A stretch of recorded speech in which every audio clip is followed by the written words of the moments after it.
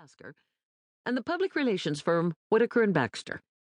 Lord and Thomas produced a compelling soap opera radio show, The Bennets, to discuss the threat of Sinclairism to middle-class goals of college education and church participation.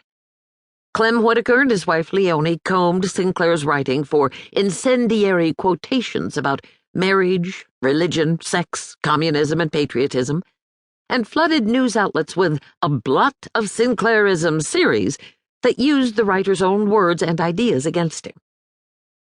The chairman of the California Republican Party and head of Metro-Goldwyn-Mayer Studios, MGM, Louis B. Mayer, took the lead in joining with his motion picture rivals in this United for California campaign to support the incumbent Republican governor, Frank Merriam.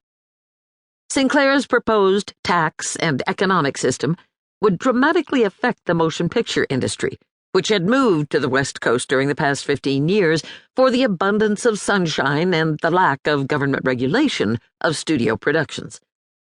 Mayer united Republicans with prominent supporters of the recently elected Democratic President Franklin Roosevelt, including the pro-New Deal studio executive Jack L. Warner and the newspaper mogul William Randolph Hearst.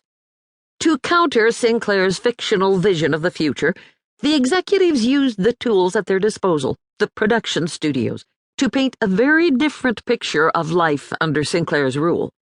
Using the theaters as a battlefield, the anti-Sinclair forces produced short films that interviewed hired actors posing as ordinary citizens to dramatize the widespread rejection of Sinclair and Epic.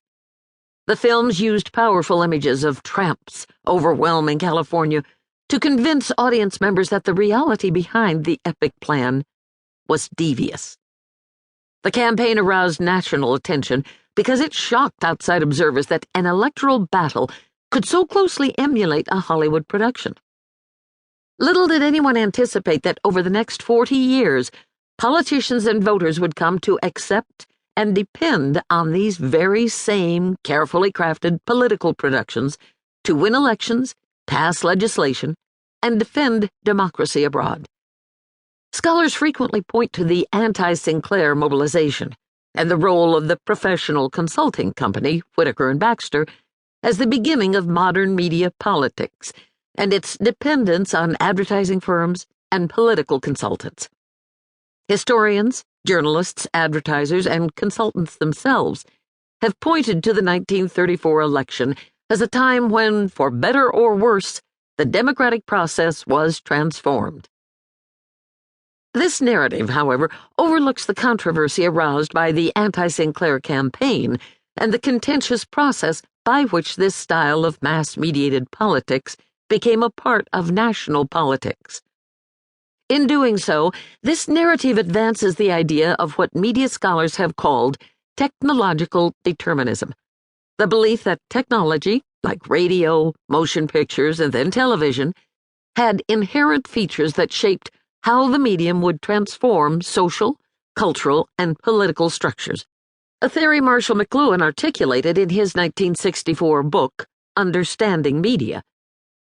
Media scholars have dismissed this theory by studying how individuals, cultural values, political decisions, and social structures actually shape and are shaped by the incorporation of new technology into American society.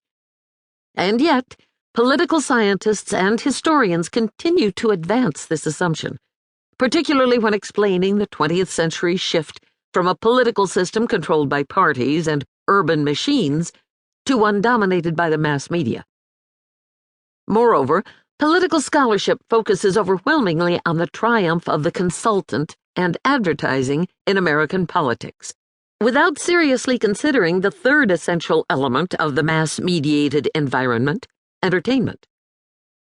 From the 1920s through the 1970s, interest groups became purveyors of public opinion, and consultants replaced party machines, creating a mass-mediated politics in which political communication and electoral battles occur principally through events staged for television or the silver screen.